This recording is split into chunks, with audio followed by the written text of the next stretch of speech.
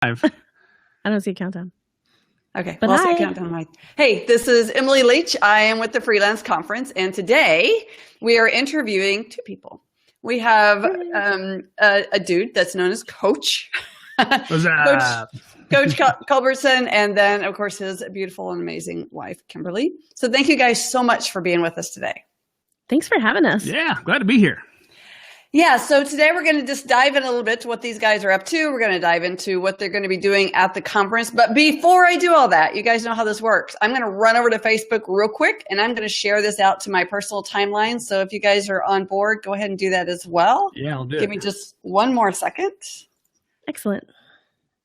That way we can get as much exposure as we can. Sure. Yay.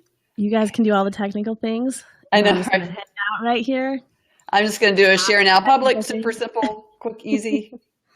Cool. Okay, that's done. So hopefully you guys did the same, and any of you guys that are out there. So just remember, if you have questions as we go along, feel free to write them in. I do get to see them over on the side, and we can post them up. So let's just jump right in. So what do you guys are up to right now? You know, your personal lives, anything fun and exciting that you've done? I know you're kind of new to Austin, only a few years here. So about 3.5 years. Mm-hmm. Our son is going into first grade. So we have very much been in summer mode and trying to fit in as much fun as we can find in Austin, which is not very hard at all. Yeah, right? Not hard, especially in the area that you guys live in. Yeah. Yep. Lots of swimming and being outside, except for last week when it was crazy hot. But I know, then even more swimming. Yeah. I mean, we pretty much gave up on, we're growing some tomatoes and stuff. And we said, you know what? This is turning into a $50 tomato, so we're just going to let that. Oh, no. Poor sad tomato. Yeah, I'll go buy the $1.24 one or whatever at the grocery store because just water is so expensive. So, yeah, we let go of the watermelons and the tomatoes. They always look so much fun in spring, when you see them at Lowe's or whatever, you're like going, oh, I want a watermelon. So we got one watermelon about this big. Yeah, right on. You know what else is fun is Central Market for watermelon. Yeah. I bet it is, yes. I recently discovered that you can go to Central Market, and if you've never tried a fruit, you can just say to the people, may I try this fruit? And they will cut it open and tell you all about it, and you just try it right there. So we had to try a jackfruit because our son's name is Jack. And so okay, so now I need to know. What is this? And it's really big. It's like a giant fruit. I don't know if we loved it very much, but it was cool. They just opened this giant fruit for us. Is it meant to be eaten like raw like that? Or, because some things are supposed to be cooked or whatever. Oh, I guess vegetables cooked. Fruit you pretty much always eat. Yeah, I think you can eat it. We ate it raw. I mean, we're still here to talk about it. So we survived the jackfruit. It was pretty fun. Yeah. There's a lot of stuff that we survived. The Austin heat coming up here. We're going to take a little jaunt over to San Diego. We're going to go out and teach the Navy a little bit. So that'll be fun. Nice. So what do you guys teach the Navy? Is this part of your business or what's going on there? Well, I'll be teaching them cloud technology. So, all right. So not entirely part of our business, yeah. But we're going to find as much fun as we can while we're doing it. So I know you guys have been in a little bit of a transition, especially the last year, maybe 18 months. So talk about that transition a little bit and what your end goal is to transition into. I know you're doing some team building stuff, some collaborating, those kinds of things. Mm-hmm. Well, right. Go ahead. So our major goal in our business is to bring leaders into a conversation, an authentic, real conversation around maximizing the talent around them and help also along the way minimizing the conflict. Because if you could do both of those things, all of a sudden magical things happen, and so that oftentimes involves communication exercises, involves a lot of understanding where the individual leader is coming from. We have a term, rehumanizing leadership, and that, works both ways. Thanks. It works with making sure the leader understands that they themselves are human to start off with. Because that's interesting, isn't it? I mean, a lot of leaders think that there's some kind of weird overlord automaton issuing orders to other automatons, and that's not the way life works. That's not the way business works. That's where things get messy and people get angry. When people get angry, they do lousy jobs. And then we hear horrible customer service stories on Facebook and insert name of social media here, right? So, and for those of us who aren't quite so much into the nerd speak, a lot of times leaders have a picture of one particular kind of leader, and they think every good leader looks like this, and they don't fit into that box very well. And so they're trying always to be someone that they're not quite. And then that comes out sideways in their leadership, and they're not running their team well, and people don't want to go with them, which of course is a huge part of leadership, right? To get people to want to come with you. And so when we talk about rehumanizing leadership for the leader, we're looking at who are you? What do you really bring to the table that is unique about you to give you your best talent, to maximize your talent? Right. And we do that through keynote speaking. We do that through workshops. We do that through consulting and coaching. That's kind of what, the how we do our things. Right. And then, of course, the other side of it is maximizing the talent of the people around you. So we actually go into companies and work with the team and map the team using tools like StrengthsFinder or Myers-Briggs, and basically help the team understand that each person is different, and that actually is a real big value to the team. So instead of looking at people's differences and thinking, I would never do it that way, I'm so frustrated with them, thinking, I would never do it that way, so I should probably listen to them. And so that little bit of a paradigm shift can be really powerful in a culture. Mm-hmm. And to transition a little bit into the freelance conference, a lot of freelancers don't really think that they have a team.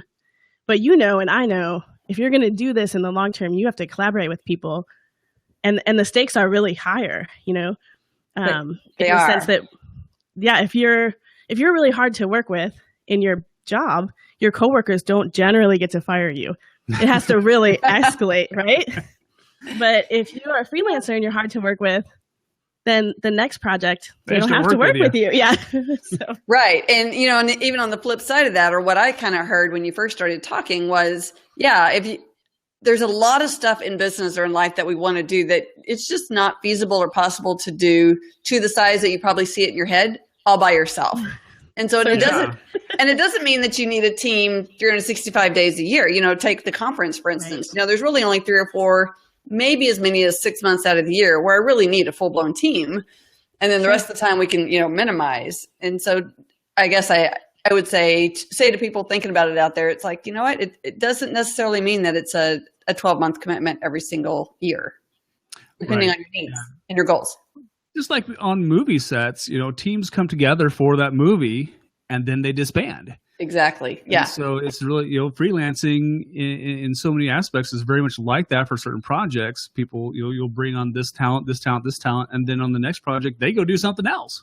Yep. Yeah. So. Right.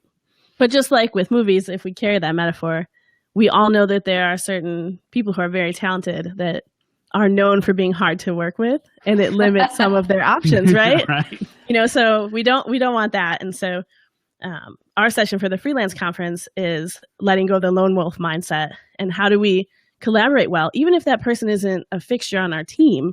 We want them to have a good experience with us. We want to have a good experience with the client, who we obviously have to collaborate with. So how can we take these principles that we use in our team dynamics and put them to work in our freelance life?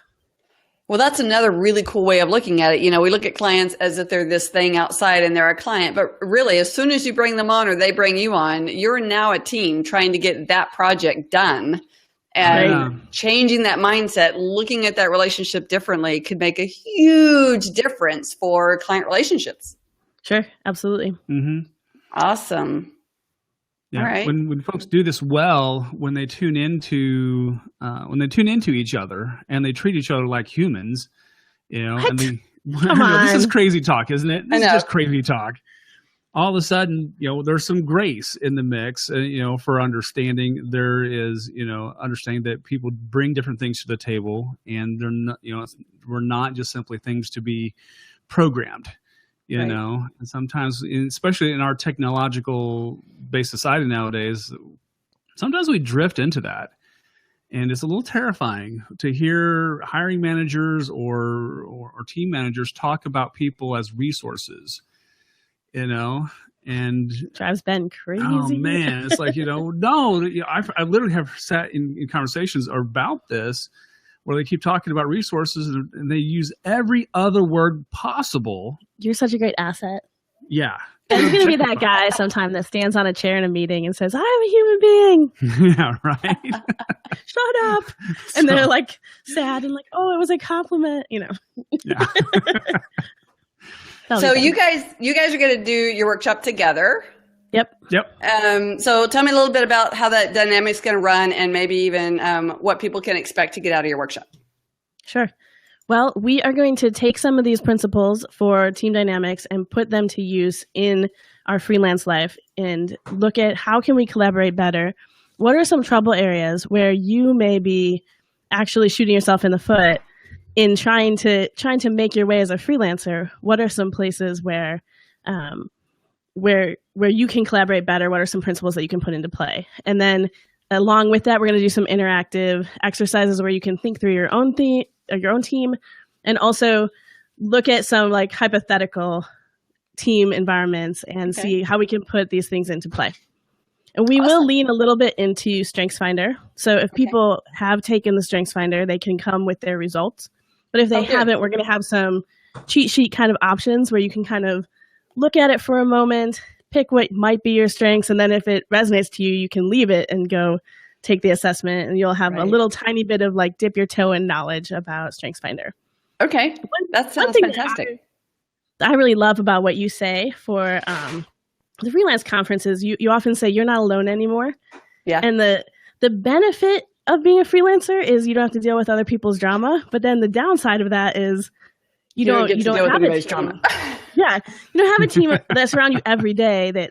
And so sometimes it can be very lonely, and you can feel like I have to figure out how to do all of the things.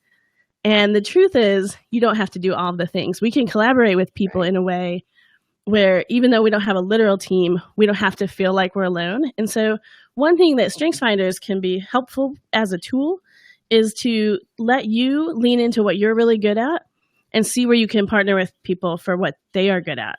And so it can be really freeing. Oh, I bet. Yeah.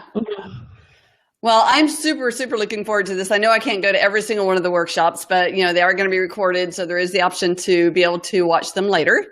Nice. Because there's really only a couple that you could go to, in person. So I want to make sure that everybody gets the opportunity to access everything. So those of you guys that are out there that are thinking about going to the freelance conference, but you don't have your ticket yet, I don't know what you're waiting for, but they're still available. Go to www.freelanceconference.com. Go ahead and grab your ticket. You can come in person or you can watch it virtually. So there are two different types of tickets that you can pick up and get that taken care of. And prices, I think, go up on August 10th. 10th or 15th. I need to see what that date is exactly.